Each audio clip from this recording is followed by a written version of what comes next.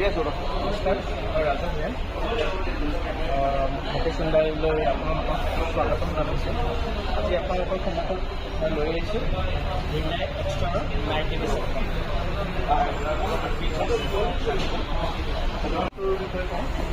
এইটো আপোনাক ডাৰ্ক আৰু 90 ডিভিছন হৈ কাৰণে লগতে লাইট আহে। এক্সট্ৰাৰ ৰেটিং পাব আপুনি, লগত আপোনাৰ dark glossy black radiator grill আহিব।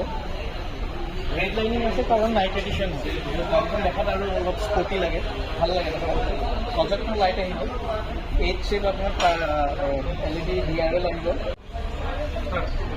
R15 আপোনাৰ টায়াৰ চাইজটো পাব আৰু হুইলটো যোনটো আহে ডাৰ্ক আপোনাৰ ব্লেক কালাৰত থাকিব, ষ্টাইলিছ হুইল ৰিম বুলি কয় এইটো, বাট অলয় হুইল নহয়, দেখাত অলয় হুইলৰ নিচিনা লাগে।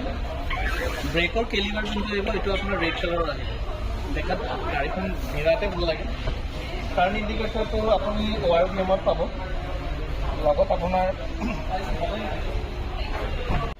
ৰুফ ৰেলটো আপোনাৰ ব্লেক কালাৰ আহিব। আৰু আপুনি যদি কাৰণ এখন 90 এডিশ্যন কাৰণে ব্লেক কালাৰ হয়, বেলেগ কালাৰ যদি আপুনি লয় সেইটোত আপোনাৰ চিলভাৰ ফিনিছ হয়।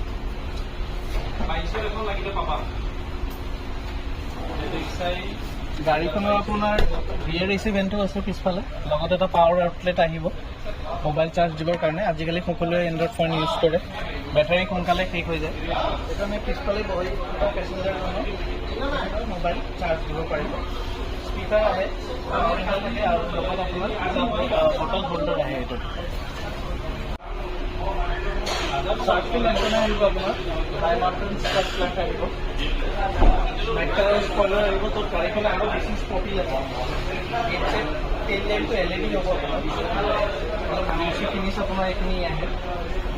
আকৌ কৈছোঁ 90 এডিশ্যন কাৰণে আপোনাৰ মিডৰ লগতো ব্লেক কালাৰ আহে, ৰেড লাইনিং আহিব আপোনাৰ, ৰিয়েৰ চেন্সৰ পাব, এক্সট্ৰা বেজিংটো ব্লেক আহে আৰু লগত 90 এডিশ্যনৰ বেজিংটো আহি যায়।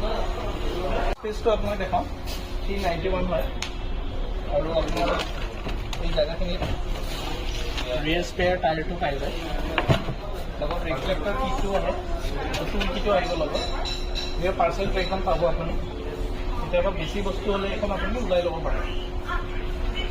চাবিটো আপোনাৰ এইটো আপোনাৰ ফল্ডেবল কি হয়, কাৰণ SX মডেল হয়, সেইকাৰণে আপোনাৰ স্মাৰ্ট কি নাহে, গাড়ী আপুনি আনলক কৰিব পাৰে, আপোনাৰ লক হৈ গ'ল আৰু এইটো আনলক, এতিয়া গাড়ীখনৰ ভিতৰত আপুনি এণ্ট্ৰি কৰিব পাৰে। 4 পাৱাৰ উইণ্ড' আহি যায়, কাৰণ SX মডেল হয়, আহিবই ডেফিনেটলি S মডেলৰ পৰা আহি যায় আমাৰ। অটো ফল্ডেবল আপোনাৰ